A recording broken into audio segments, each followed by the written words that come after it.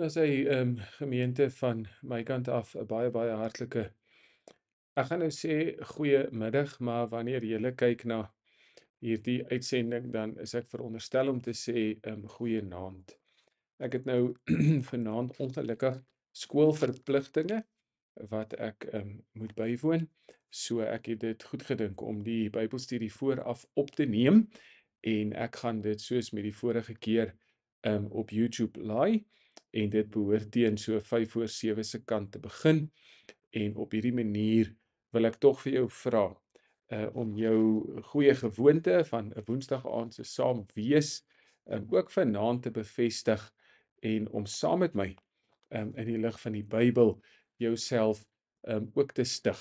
So ek sê soos altyd vir jou dankie dat jy saam met my kuier en ek eer die Here vir jou voorbeeld en ook vir jou toewyding op hierdie Woensdag aand en ek begeer dat 'n terugblik op die werk van die Here ook in jou lewe vanaand vir jou van baie besonderse waarde sal wees. In ons voorafgaande Woensdag het ons gekyk na die verhaal van Joshua en ons het eintlik prakties teruggekyk na die pad wat die Here met ons gestap het en hoe ons moed skep uit die verlede met die oog op die hede. Nou vanaand wil ek jou nooi om net vir 'n oomblik geestelik saam met my terug te kyk na wat God in jou lewe en in jou hart kom doen het en mag dit ook by jou 'n verdieping bring van die besonderheid van die genade ook van die Here in hierdie verband. Ek gaan voor ek voortgaan eers vir jou bid. Ek wil nog 'n paar opmerkings maak net inleidend, maar voor ek dit doen, kom ons bid net saam. Ons hemelse Vader, ek dank U vir die voorreg om saam met U mense te wees.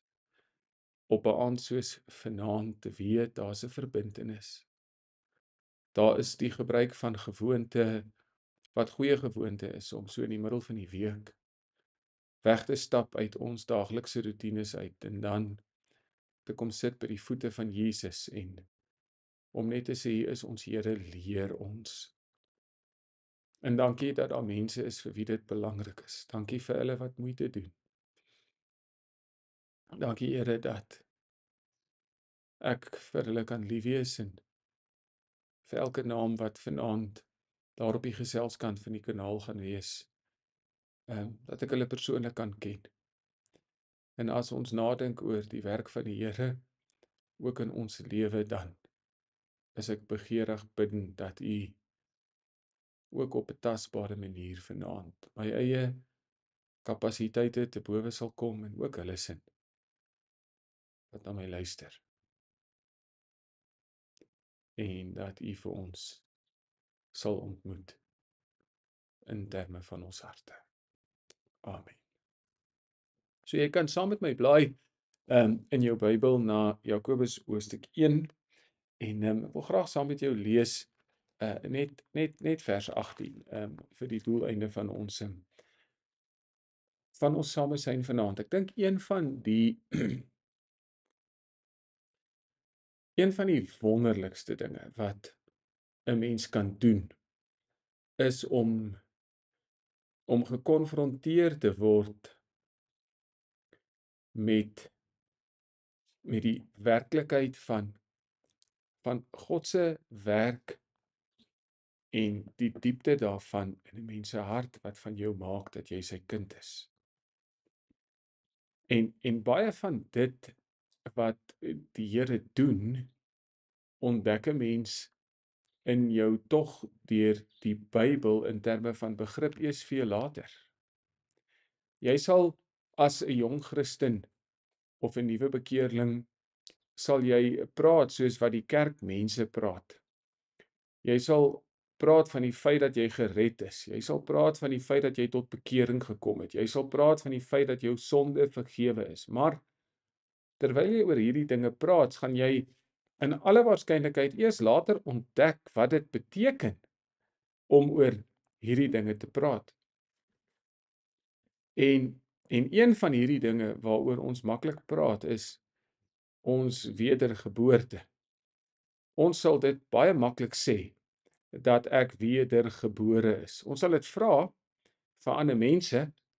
Dis kerkterme, dis Bybeltaal, dis Christelike terminologie, maar 'n mens ontdek eers later in jou tog saam met die Here wat presies wedergeboorte is en waarna die Bybel verwys as dit daai taal praat en dan kom jy tot stilstand en dan besef jy maar die Here het in jou 'n werk gedoen destyds toe hy jou sy eiendom gemaak het en op daai spesifieke stadium het jy nie die omvang of die diepte daarvan regtig verstaan of enigsins besef. En dan groei 'n mens in jou verwondering voor die Here soos wat jy in hierdie tipe van dinge en in jou begrip hiervan groei. Nou Jakobus, dis vir my interessant hoe die Bybelskrywers gewoon onbeskaamd praat oor hierdie dinge. En half as te ware in die manier waarop hulle praat net veronderstel en aanneem dat ek en jy al gewortel sal wees in ons begrip hiervan. As Jakobus praat in hoofstuk 1 vers 18, dan sê hy nou vir sy lesers, en julle kan nou gaan lees in hoofstuk 1 vers 1 presies wie hulle is, maar hy sal vir sy mense sê, volgens sy wil het hy ons voortgebring deur die woord van die waarheid, sodat ons die eerstelinge van sy skepsele kan wees. En in daai paar woorde van 'n vers is daar 'n magdom rykdom vervat in terme van hoekom God ons gemaak het wat ons is, hoe die Here God ons gemaak het wat ons is, wat die metodiek was, die wyse waardeur hy ons getransformeer het en ook die hoekom. Daar is die wat in terme van die oorsprong, waar dit begin, waar kom dit vandaan?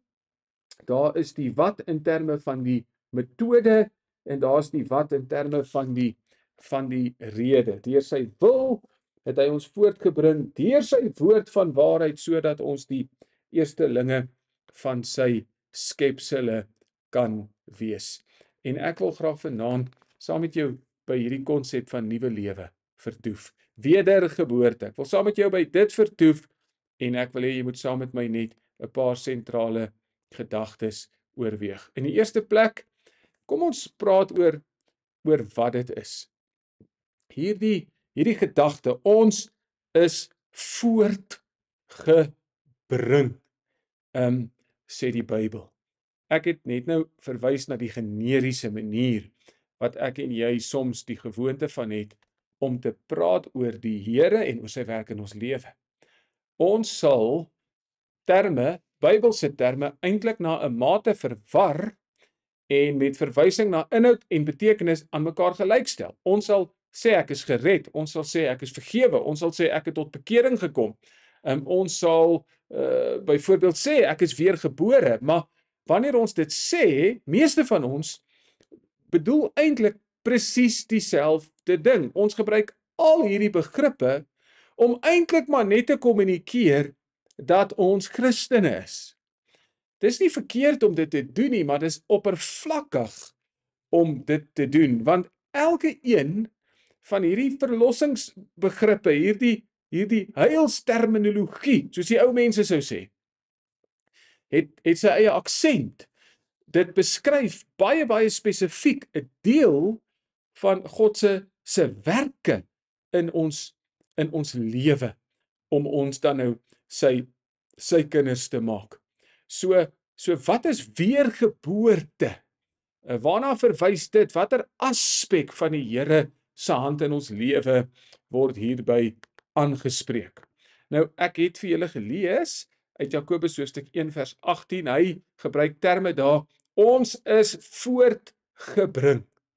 En in die laaste gedeelte van die vers sal hy praat van die feit dat ons die skepsele van die Here is. En as 'n mens met 'n ou klein bietjie aandag luister, hoor jy dit? Om 'n Christen te wees verg 'n werk, dit verg 'n skepingswerk.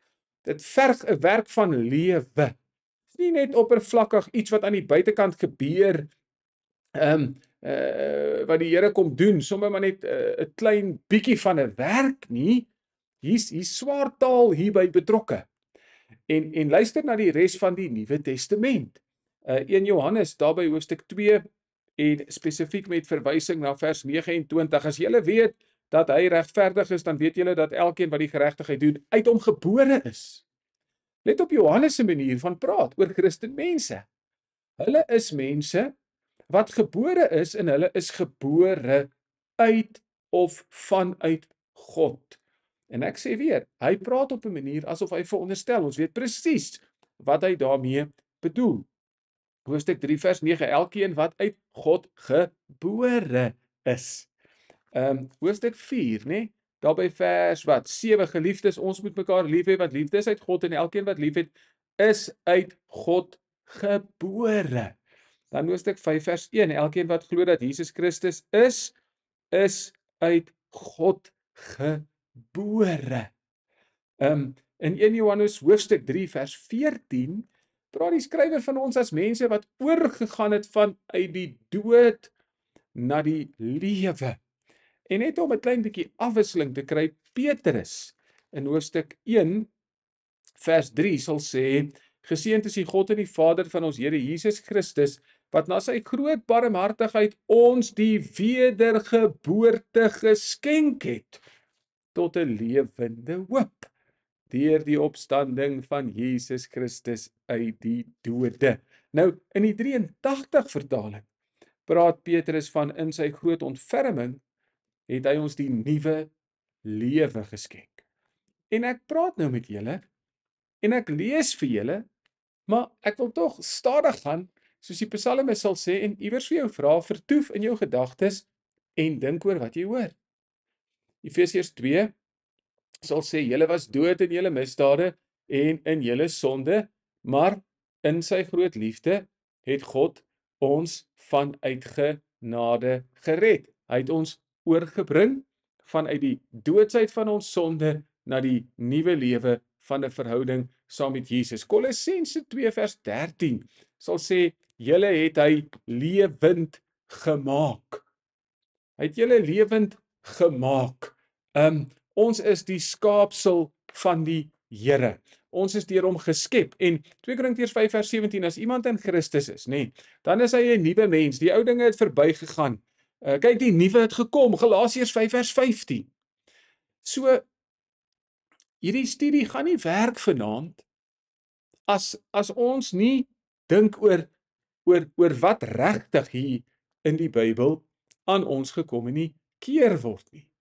Iemand wat die Here nie ken nie, word indirek beskryf as dood, as in vyandskap met die Here, as totaal en al vervreemd, verwyderd van God, en 'n Christen word dan beskryf as iemand wat uit God gebore is, as iemand aan wie die Here God, hy het nuwe lewe gebring.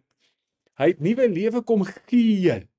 Dis nie net 'n gedragsverandering of 'n patroonsverandering in sy lewe. Dis nie net 'n geval van dat 'n Christen iemand is wat stop met sekere dinge en begin met ander dinge, aksie en dade gewys nie. Dis meer as dit. Dis 'n vernuwing, dis 'n verandering, dis 'n transformasie. Dis die oorskep, dis die herskep, dis die oorgebore word in 'n geestelike sin van die woord ten diepste.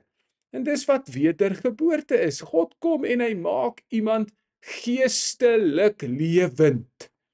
Jy hoor dit in die Afrikaanse samestelling, weergeboorte. Die woord weer wat verwys na iets wat nog 'n slag gebeur, wat by herhaling gebeur.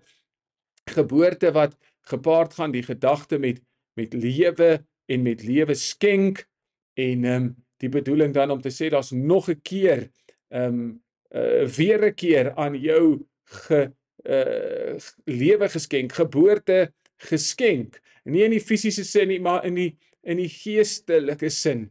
As jy die Here nie ken nie, dan bestaan jy in liggaam, jy bestaan nie in gees nie. En nou kom die Here en hy verander vir jou. En ouens, ek sê nou vir jou vanaand nog 'n keer, dink hieroor. Na dit het daar 'n klomp dinge in jou lewe verander. Toe jy begin leef geestelik. Dis toe dat jy begin om in terme van die wêreld jou rug te keer. Dis wat bekering is, om te draai, weg te stap. Dis omdat daar 'n nuwe lewe in jou gekom het, dat dinge soos die Bybel vir jou belangrik geraak het. Jy het 'n nuwe aptyd ontwikkel, jy het tot nuwe insig gekom. Dit alles het begin by God. Wat jou kom oormaak het en vir jou kom nuut maak het. Nou, daar's van julle wat dalk vanaand nog 'n bietjie sukkel, né? Want ek praat net maar met julle soos ek dink. Ek dink mos my hardop en julle sit hier voor my, nie so julle kan nie regtig vir my vra nie, maar julle moet nou vanaand onthou dat die noodsaaklikheid hiervan eintlik uit die skepingsverhaal ontstaan het. As 'n ou nou jou Bybel ken, dan weet jy mos nou dat die Here God vir die mense het die dag, as jy daarvan eet, dan sal jy sekerlik sterwe. En daai dood gaan daar het verwys na sekerlike aardse dood, in die opsig dat die mens nie vir ewig meer op aarde sou voortleef nie, dat daar skeiding gaan kom tussen sy liggaam en ook sy siel. En vir Adam en Eva sou dit later realiseer, maar van daai oomblik af was dit nie meer opsioneel nie, dis essensieel, dis 'n uitkoms wat hulle nie kon vermy nie, hulle sou sterf op aarde. Maar daai dood gaan belofte van die Here verwys in die tweede plek ook na 'n geestelike dood, waarvan Efesiërs 4 vers 18 praat, dat daar skeiding kom tussen God en mens op geestelike vlak na die mate toe, dat die mens geen meer geneigtheid het, dat hy geen meer kapasiteit sou hê, dat hy geen meer vermoë sou hê vir die Here en vir die dinge van die Here nie. Ja, die beeld van God na 'n mate bly nog oor in die opsig dat die mens praat en dink en rasioneel redeneer soos wat God is, en die behoud van lewe word hierop gebaseer en so meer, maar die mens word uit die teenwoordigheid van God verdryf. En hy verloor daai Godgegewe ingesteldheid om die ware God te ken. Die mensdom vandag weet iets. Daar's 'n godsdienstige, ek wil amper vir jou sê geneigtheid, maar dis absoluut net 'n totale ramp in die opsig dat hierdie godsdienstige geneigtheid uitgeleef word teenoor homself of teenoor mensgemaakte gode of teenoor wat ook al, maar iets het kort gekom. Jy sal sterf. In verhouding met my, jy sal nie staan waar jy eens met my gestaan het in 'n posisie van aanneemlikheid nie, en om dit reg te maak, gaan 'n herskeppingswerk van jou vra. Jy kort nie 'n life coach nie. Jy kort nie gedragsverandering soos die hondjie wat jy slaan as hy op jou mat vuil maak en dan doen hy dit nie meer nie. Jy kort 'n nuwe aard. Jy kort 'n nuwe natuur. God het jou gemaak na sy beeld, na sy gelykenis. Hy het in jou geleef in terme van wie hy is. Daai lewe van God wat in die mens gebruis het in Genesis, het met die sondeval tot 'n einde gekom. Dit moes, want as God dit nie gedoen het nie, was hy ontrou aan sy eie belofte. Die dag as jy eet, sal jy sterf. Dis meer as 'n aardse dood, dis 'n geestelike dood. En dis ook 'n geestelike dood wat permanent sal wees. As die Here nie vir ons weer 'n nuwe lewe gee nie, dan sal ons vir altyd van die Here vervreemd wees. Maar dis waarvan Paulus praat. Die natuurlike mens neem die dinge van die gees van God nie aan nie. Dis vir hom dwaasheid. Hy kan dit nie verstaan nie. Dit moet geestelik beoordeel word. En in hierdie aspek is daar die grootste behoefte in die wêreld vandag. Die behoefte na 'n geestelike lewe. Dis wat weergeboorte is. Dis die gee van lewe. Dis die skenk van geboorte aan mense soos ons. So wat ons kan sê samevattend is dat weergeboorte iets is wat ten diepste in die mens plaasvind en gebeur. Dis nie 'n werk aan die buitekant nie, dis 'n werk aan die binnekant. Ja, weet julle, dis 'n werk wat jy waarskynlik nie eers van bewus was die oomblik toe God dit kom doen het nie. Dit het gemanifesteer later, gewys in die verandering in jou menswees, gedrag en optrede, maar die oomblik toe die Here soewerein daar die lewe kom bring. Ek en jy het dit nie. Ons het dit nie so verstaan toe ons Christene geword het nie. Nie so dit gedink nie. Ons het dit nie so begryp nie. Maar dis is inderdaad wat nodig was vir jou en vir my om te kan sê, ons is Christene. En jy moet hieroor dink. Dink hieroor. Is regtig mooi en dis aangrypend. Dis aangrypend om die kapasiteit van God se werk in jou lewe te begryp. Nou, kom ons bly by die konsep. En dan vra ons nou, terwyl ons weet wat dit is, kom ons vra wie se werk is dit? Wie doen dit? En ek dink ons het seker in 'n opsig die vraag geantwoord. Nee, jy gaan reageer. Jy gaan sê God doen dit. Jakobus sê dit. Volgens sy wil het hy ons voortgebring. Hierdie is die Here, sy werk. Maar ek dink as jy moeite werd gemeente om te beklemtoon en te aksentueer dat hierdie regtig uitsluitlik en algeheel die werk van die Here is. Jy moet verstaan dat hierdie iets is waarvoor jy aan die Here erkenning verskuldig is. Jy moet nou vanaand verstaan dat jy in hierdie opsig hulde aan die Here kan bring vir die som totaal van jou weergeboorte. Dat jy en ek nie in hierdie opsig 'n bydrae lewer nie. Dat ons nie in terme van ons weergeboorte 'n aandeel het nie. Ons kan nie aanspraak maak op iets vir onsself in hierdie opsig nie. Nou, as dit nie vir jou duidelik is nie, dan dink ek moet 'n mens net vir 'n oomblik by 3 sekondêre plekke parkeer. Nommer 1, ek dink nie God is per ongeluk as hy die metafoor van geboorte kies om te vertel wat hy in ons lewe kom doen het nie. Hierdie is doelbewustelik omdat geboorte iets is waarmee ons kan identifiseer. En die vraag is dan, watter aandeel het enige mens in sy eie geboorte? In sy eie koms tot lewe, daai presiese oomblik wanneer lewe met bevrugting begin, daai millisekonde wanneer lewe ontstaan daar. In watter opsig is jy aktief in die sin van dat jy bydra tot die teweegbring daarvan? In watter sin kan jy sê dat dit aan jou te wyte is of aan jou toedoen te wyte is? En ons kan nie vanaand in enige opsig krediet neem nie. Ons weet, ons het geen aandeel in ons eie verwekking nie. Ons het nie 'n bydraende aksie geneem as dit kom by ons eie geboorte nie. Ons nie 'n besluit of 'n keuse uitgeoefen nie. Ons was passief in dit. En die vrug van lewe sou later wys. Maar in daai oomblik was ons uitgesluit.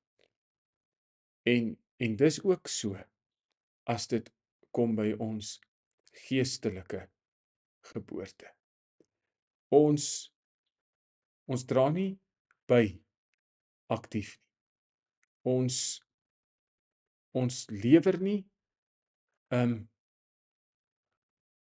lewer nie potensie nie, ons lewer nie kapasiteit nie. En ek dink nou, dan praat ek verkeerd, maar daar gaan van julle wees wat dadelik gaan sê, maar weet jy, Willem, ek weet mos man, ek het ja gesê vir Jesus. Ek het regtig my lewe vir Jesus gegee. Nou ons praat nie oor daai aspek van jou kind van God word vanaand nie. Praat nie oor jou bekering nie. Ons praat nie eers oor jou geloof nie. Ons praat nie oor jou vergifnis nie. Ons praat nie oor jou regverdigmaking nie. Ons praat oor jou weergeboorte. Want al hierdie ander dinge waarna ek nou verwys het kortliks, is eintlik maar dis die produk, die simptome, die nuwe lewe. Daar was beweging, daar was besef, daar was gewaarwording as gevolg van nuwe lewe. Jy het jou gesien vir wie jy is en jy het God gesien vir wie hy is in die wêreld en Jesus in die evangelie en jy het begin om hierdie dinge te verstaan en jy het begin aksie neem, maar lewe het gebruis in jou. Ons praat net oor jou weergeboorte. Die metafoor is nie per ongeluk nie. Maar dis nie die beste argument nie. Ek dink ook 'n mens moet parkeer sekondêr by die toestand van die mens en wat die skrif oor dit sê. Die liberale ouens het hier 'n groot probleem. Regtig, die ouens wat Afrikaans kan lees, vir hulle is dit maklik en wat met 'n klein bietjie begrip kan lees, maar die liberale ouens sukkel want die idee wat vandag geskep word buite in die wêreld is dat die mens inherënt goed is. Dat daar nie met die mens enige fout is nie. En dat die mens eintlik maar net 'n klein bietjie nodig het om te transformeer in sy gedrag. Sekere patrone moet hy afleer en ander moet hy aanleer, maar die Bybel gaan nie hou van jou as jy hierdie standpunt handhaaf nie, want in Efesiërs 2 vers 1 sê dit en julle het hy lewend gemaak wat dood was. Genesis 2, die dag as julle eet, gaan julle sekerlik sterwe. Dood, gemeente, doen 'n woordstudie in die Hebreëus, is dood. Die mens geestelik kom nie hierdie wêreld binne in sieklik nie. Dit spreek tot jou onvermoë om 'n bydrae te lewer in jou wedergeboorte. Jy vra nie vir hulp as jy 'n pap wil kry langs die begrafplaas nie. Jy verwag niks van dood nie. Jy verstaan my reg, nê? En dis die beeld van die ongelowige. Hy is nie in die intensiewe sorgeenheid en kort net bietjie medikasie nie. Hy's dood.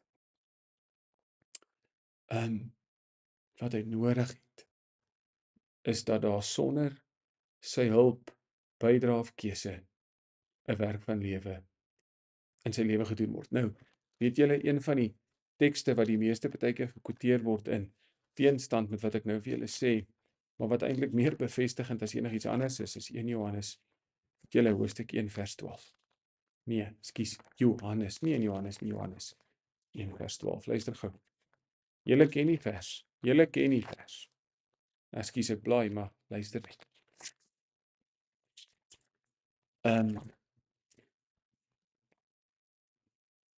Probeer gou saam met my. Ekskuus, ek vat 'n oombliekie sak. Maar aan almal wat hom aangeneem het, aan hulle het hy mag gegee om kinders van God te word, aan hulle wat in sy naam glo. En dit klink soos 'n alles jy vers. Jy het hom aangeneem. Jy het die daad by die woord gevoeg. Jou vertroue in hom geplaas. Jy het die keuse gemaak. Maar dis kortsigtig, want jy moet net verder lees. Ek wil nog 'n keer probeer, en almal wat hom aangeneem het, aan hulle het hy mag gegee om kinders van God te word, aan hulle wat in sy naam glo. Nou, wie is hulle? Wie is hulle wat hom aanneem, wat mag het om sy kinders genoem te word? Wie is dit wat in sy naam glo? Luister na vers 13. Wat nie uit bloed of uit die wil van die vlees of die wil van 'n man nie.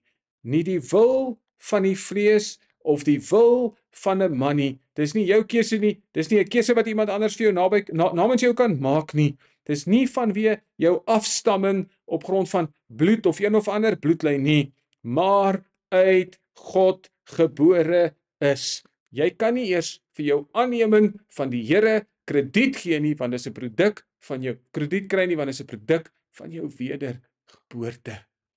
Nie uit die wil van 'n man nie. Hierdie aanneming, en almal wat hom aangeneem het nie ontspring vanuit jou eie wil nie, want jy's dood. As dit by die Here God kom, die mens wil nie. Kyk net hoe vol is die kerk Sondag. Die mens wil nie. Hy het aan jou die lewe geskenk. En die produk daarvan is dat jy jou geloof in hom plaas, sy kind word en hom as Here van jou lewe bely. Daar's ander plekke. Jakobus 1 vers 18. As nog sê hy het ons voortgebring. Dis maklik genoeg. Hy het nie iets van jou daar nie. En dan ek wil net nog 1 of 2 verwysings hier byvoeg, want praat oor die Here se werk in jou lewe. Timoteus, Titus, ekskuus 3. Vers 4 en 5.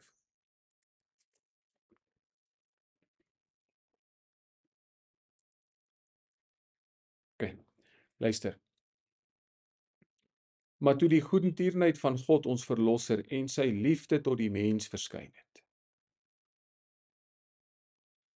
Nie op grond van die werke van geregtigheid wat ons gedoen het nie, maar na sy barmhartigheid het hy ons gered deur die bad van die wedergeboorte en die vernuwing deur die Heilige Gees.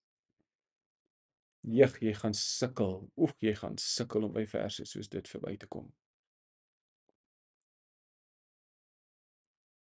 Deur sy wil het hy ons voortgebring.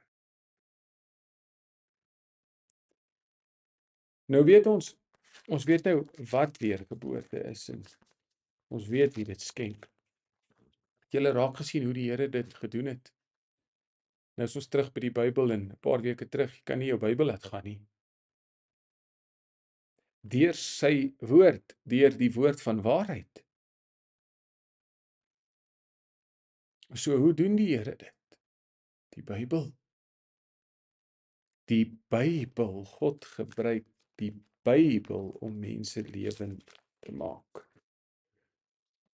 1 Petrus hoofstuk 1. Julle is wedergeboorte vers 23, wedergebore nie uit verganklike saad nie, uit onverganklike deur die lewende woord van God wat tot in ewigheid bly. Dis 'n beginsel wat ons ken in ons menslike konteks, landbou konteks, lewe word voortgebring vanuit saad en die geestelike lewe uit die saad van die waarheid. Onthou julle vir Esegiel? Ek hou baie van hom. Ek weet nie hoekom nie, die manier waarop die Here met hom praat is vir my so 'n aangrypende manier. Mensekind. Daarvoor die graf vol doodsbeendere, kan hierdie doodsbeendere weer lewendig word. Here, U weet dit, dan profeteer mensekind, sê vir hierdie graf vol doodsbeendere, so sê die Here. Kyk na daai graf vol doodsbeendere en sien jouself voor jou weergeboorte. Daar het jy die perfekte metafoor van wie en wat jy is en waartoe jy in staat is. En daar sien jy wat gebeur het en hoe jy tot die lewe gebring is. Die saad van die Bybel wat die lewe teweeg kom bring het en vir jou opgewek het vanuit 'n geestelike dood.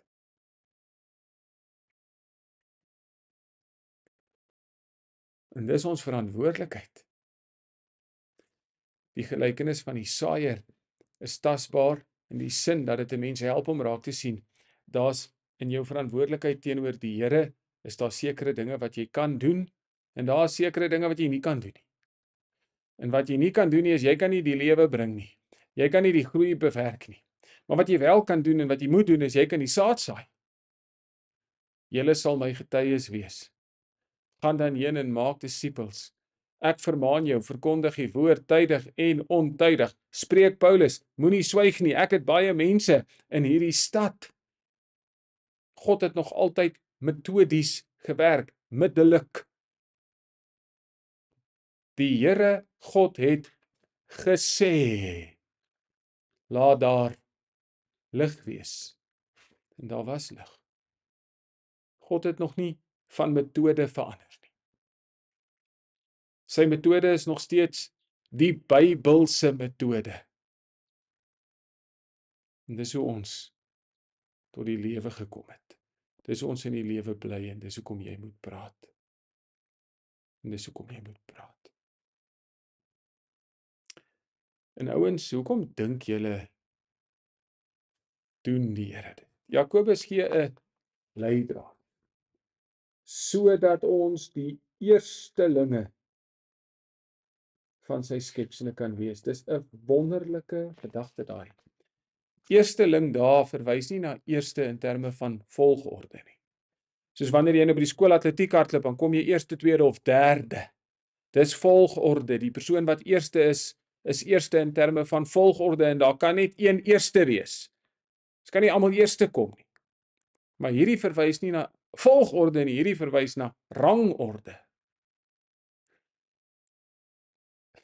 Die plek, die posisie. Weet julle wat Jakobus besig is om te sê? Dat Christene in die hele skepping die hoogste posisie beklee, die belangrikste plek het. Onder die skepping van God se hande het die Christendom die mees verhewe posisie. Petrus sê selfs die engele is verbaas, verstom en verbuisterd oor wat God vir Christene doen en wat hy hulle maak. Nie eers die engele of die hemelwesens of Gabriël of die aardsengele kan sê dat hulle kinders van God is nie. Niemand is nader in posisie, in rangorde aan God as die Christendom nie. Sy mense, sy kerk, eerstelinge.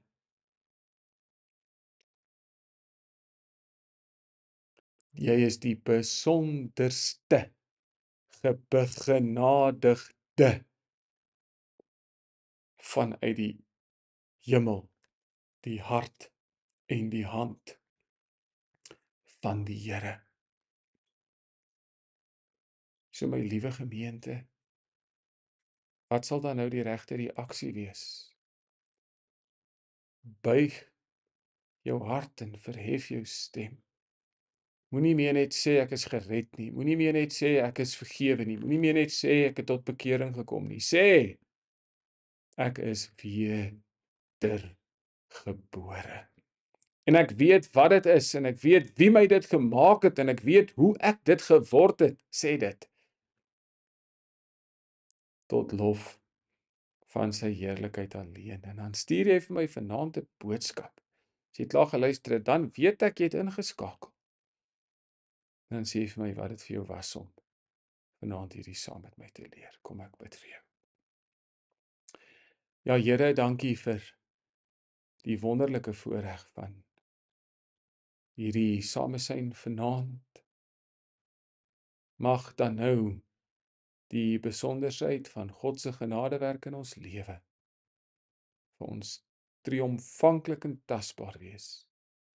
In die naam van die Here Jesus en met die oog op sy eer alleen. Amen. Ek wil vir jou dankie sê voor ek jou groet. Daar was van julle wat nou mooi gereageer het op my werkgroep verlede week toe ek gevra het oor julle wat dalk met my moet deel oor goedjies waaroor julle wonder. Gaan die jare afsluit op hierdie manier. Daar was 'n mooi vraag gewees oor gebed en die verhoring van gebed. So kom ons begin sommer volgende week, dan praat ons oor hierdie dinge. So dankie vir dit. Ek het geluister. Daar was 'n vraagie gewees wat gekom het oor natuurlik weer die kwessie rondom verassing. Ek dink ons het al oor dit gepraat, maar sal weer oor dit praat. Ter aardebestelling, verassing, die hele spanning daar.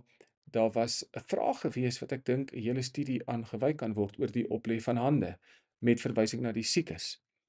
En dalk is Jakobus 5 'n goeie gedeelte om te hanteer. So stuur nog, ons sal dit hanteer. Ons tyd loop uit vir die jaar, maar dankie vir jou samesyn. Ek het jou waardeer vanaand. Mag jy 'n mooi en 'n geseënde aand verder hê. Totsiens.